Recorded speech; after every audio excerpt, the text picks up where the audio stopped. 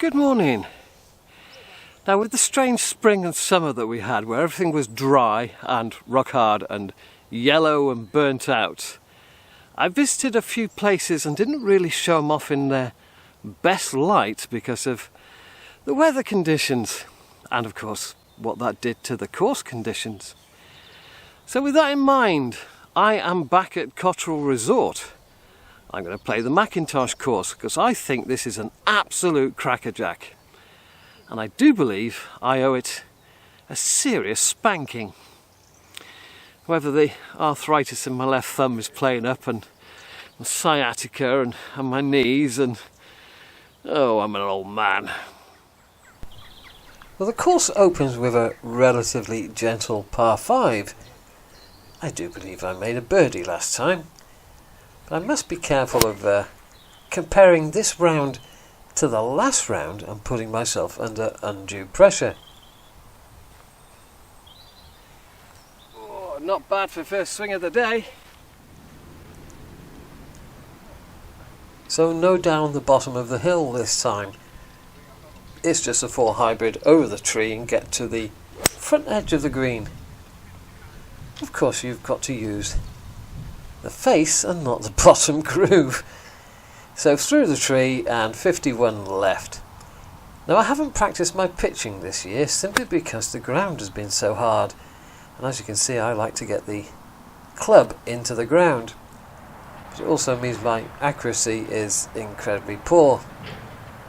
And well, I started with a birdie last time. I'm certainly not starting with a birdie this time. In fact, we're going to be 2 shots worse after just the 1 hole.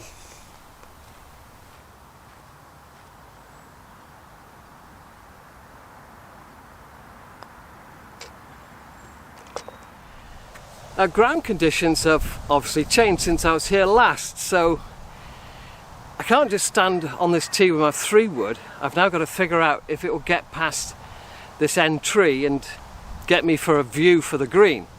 I might have to use driver. Not sure yet. Well, I settled on driver. This course is going to play a lot longer than last time, but also, with it being soft, it should play easier. There's considerably less chance of the ball running out of control and into the trees. 7-iron up the hill.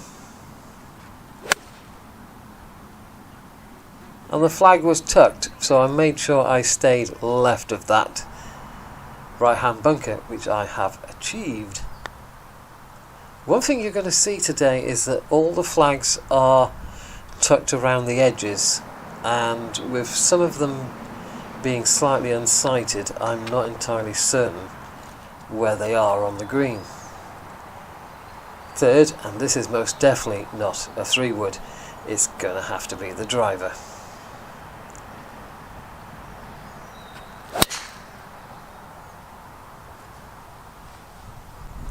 And that is perfect, but just a little short. This tree is between me and the flag, so I determined that a drawn 5-iron was the shot. Except it wasn't the shot. Which leaves you one of these nasty things, one of these horrible 30-yard bunker shots, but I'm not bothered about these. It's the short ones that give me trouble. Being able to put a decent swing on it isn't a bother in a bunker. It's when you've got to do one of those fiddly little ones. Get in! Yes! That's a save. Par 3 fourth, and the flag is back left behind that tree. So it's 6-iron. If it draws, it draws, and if it doesn't, well, it doesn't. And it didn't. It's a good par 3, this is. I do like this hole, especially as I'm going to have 2 pars on it. Now, the stroke indexes here are a bit peculiar. Instead of all the odds being on the front and all the evens on the back, they're mixed up. So on the front 9 I get 4 shots, and then on the back I just get the 1, which is a little bit odd. Straight up at the white house in the middle of the fairway.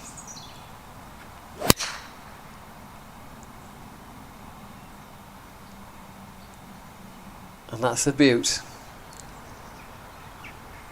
But again, it's a tucked flag. It is very, very close to the right edge of this green. I'm not sure if they've been doing some maintenance and they've decided to tuck all the flags today, or whether it's in response to the rain and they're trying to put the flags on the edges to stop you having to walk all over the greens.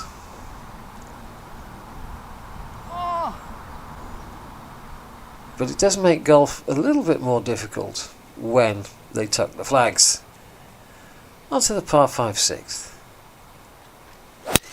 This is a dogleg right, so staying left is imperative. And I couldn't fade it down the right hand side like last time because I didn't know if it was going to run out far enough. So a 5-wood over the tree.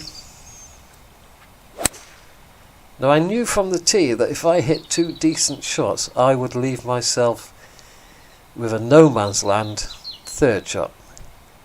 A beauty! And here is that no man's land 3rd shot. If I get it right, I've got a birdie. If I get it wrong, I've got a par. That's the beautiful thing about par 5s, is they give you a little bit of forgiveness. And as you can see, I got it wrong. But I knew that from the tee. I knew I was setting myself up for a funny half shot. We go into 7. The one that I had a 7 on last time. So I've stepped up from 5-wood to 3-wood, and I'm making damn sure that this one goes down the middle of the fairway. But it's so soft, it is in fact the wrong club. I needed driver. If I'd hit driver, then you would get this view of the green.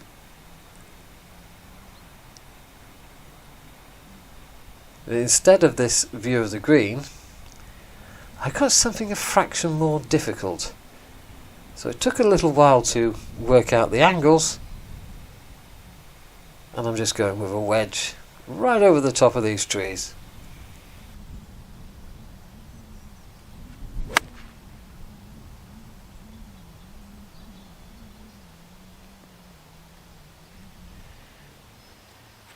Judging by the sound, that landed on the green.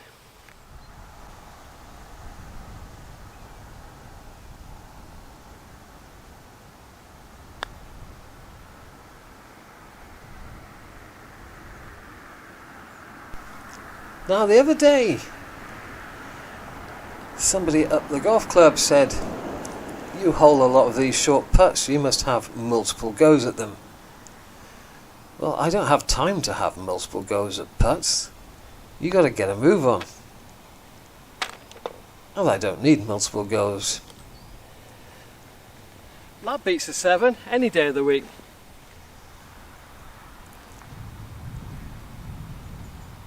The 8th downhill, this is an 8-iron. It's plenty of club until you slap it a bit off the toe.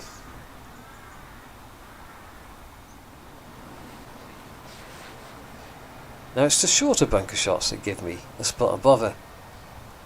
I didn't get my feet in far enough into the sand, so I didn't go under the ball, and I've overhit it. What I was trying to do there was to get the club under the ball very quickly without much forward momentum. Perhaps a shorter swing was the better option. Yeah, I don't need to cheat on short putts. But I will cut clips occasionally just to keep the video itself shorter. Number 9, I have a funny feeling this is a forward tee. I just can't remember where I was last time. And the result is pretty disgusting. Now for this, if you can adjust your setup accordingly, this isn't difficult.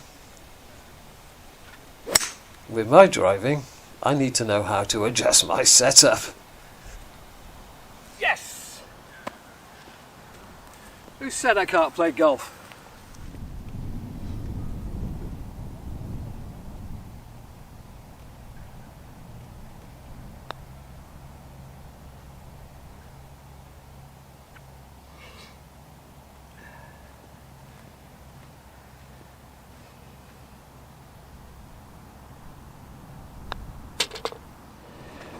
Well, in my previous experience of just one round of golf, I'd say that's the easy 9 done.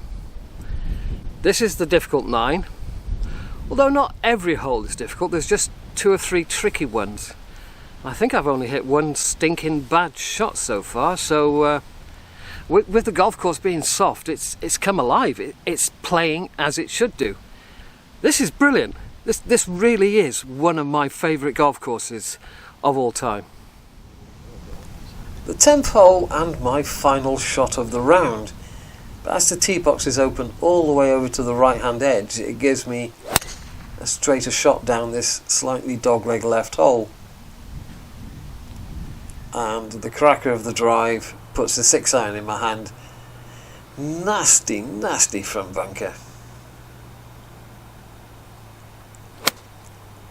But if you hit the ball badly enough, you miss the bunker.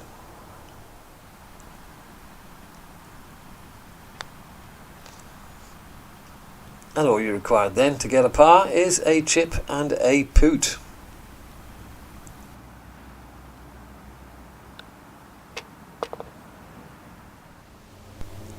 Number 11 and up the hill and a dogleg right. I've geared up from the 5-wood last time to just the 3-wood. I wasn't brave enough for driver, which is a good job because I hit a little draw there, and you wouldn't want to hit a little draw with your driver up here. But it's 97. There is a flag there, way out of sight. I couldn't remember where it was, so I stuck an arrow on the screen, and that was pretty decent. And yes, I do go and pick up all my divots and put them back. But that's a view of the green. And there's a view of my ball.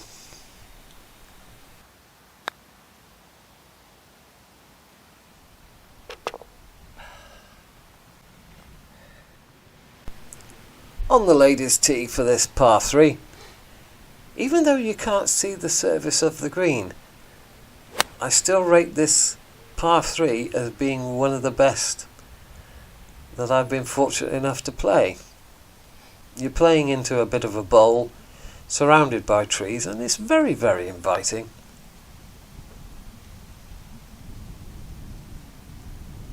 And it's a fairly straightforward par. I think I had a bird last time, didn't I? So this is 1 stroke worse, but overall I'm considerably better than last time.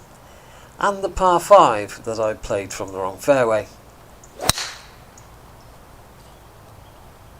A little draw with the driver into the heart of the fairway. That is fantastic. Now I've got the lake to go over, and I didn't know whether to take 3-wood or 5-wood, and I settled on 5-wood. But I hit it bottom groove, and it didn't carry. So my ball was in the drink just there, and I got it back. And I crossed this bit of land here to enter the hazard. And that is how I've come to drop my ball, point of entry, in line with the flag, backwards. So that's how my drop ended up there, and how I managed to make a bogey on this hole, same as last time. It's a bit of a shame. If I'd just hit the ball cleanly, then I wouldn't have been making a bogey. Up the hill, driver again. Now last time I hit a big slice, made a double bogey, made an absolute hash of this. So of course I've dragged it left. I've overcorrected, as you do. But it's fine. It's just in the light rough, and it's just a gap wedge. although I've popped it up a bit, so I've got some work to do. But these holes are so much easier when you play them from the correct fairway. So much easier indeed. Well, any golf course you play is easier when you're on the correct fairway. I wish I hadn't dropped my putter down there because the grip is now covered in sand. But at least we're making a par, unlike last time.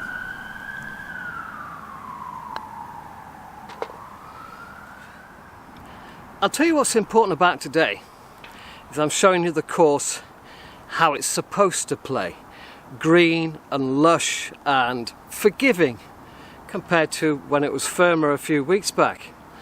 The other good thing is that I'm showing you the course from the correct fairway this time, which is probably as important as that. Another thing is I've got my confidence back with the driver. Past month I would say it's not been good. Today it's better. Just got to guard against a little bit of a hook because there's a few draws in there instead of fades, so got to be aware of what my grip is doing. The other thing is I keep finding these brown golf balls.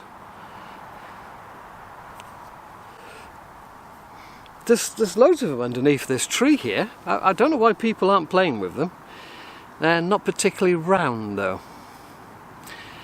Par 3 next, downhill. If you remember last time, I flew it through the back, over the road, and didn't score because I was out of bounds.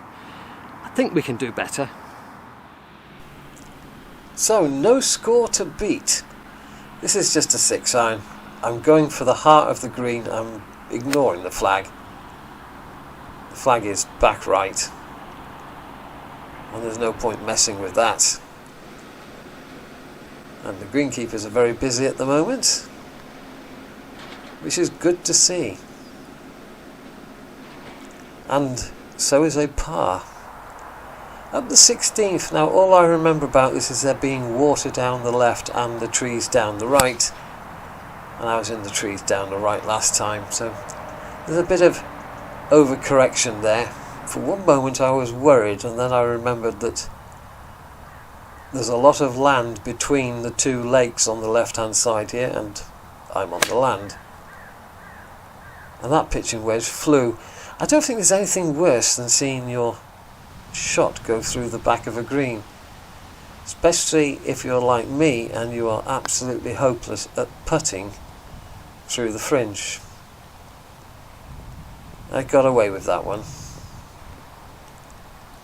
I don't normally get it that close. On to 17 and the final par 5, and we are almost home now.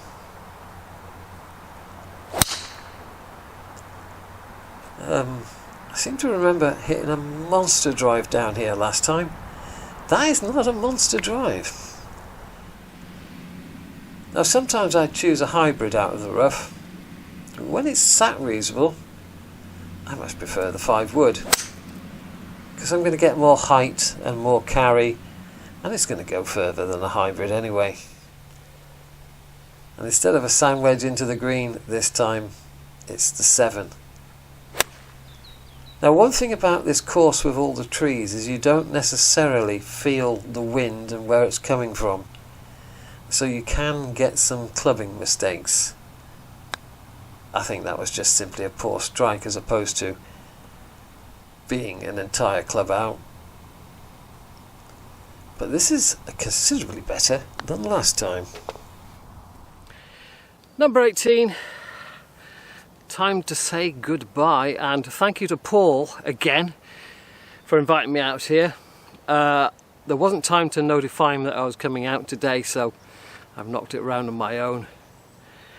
I think if I played the button today, it would equally have played considerably better than last time. Now that we've had some rain and golf courses are getting back to normal, they're just better, aren't they?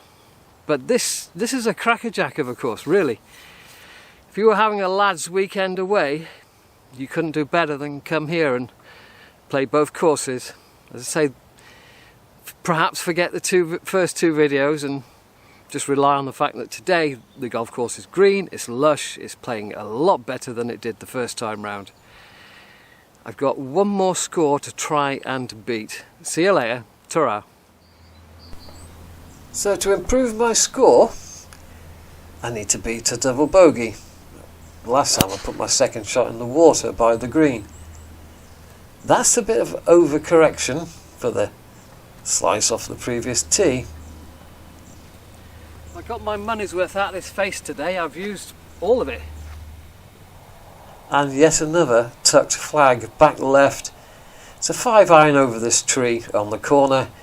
No bother, but I kind of smothered it a bit. One of those sort of swings.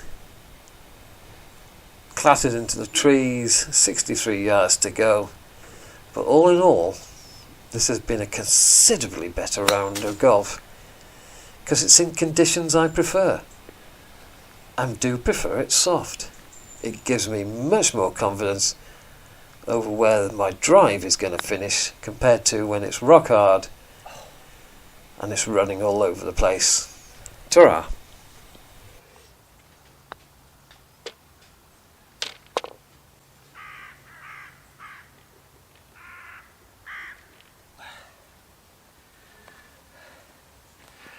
Not a bad day. Pace not very good, but not a bad day. Ta-ra.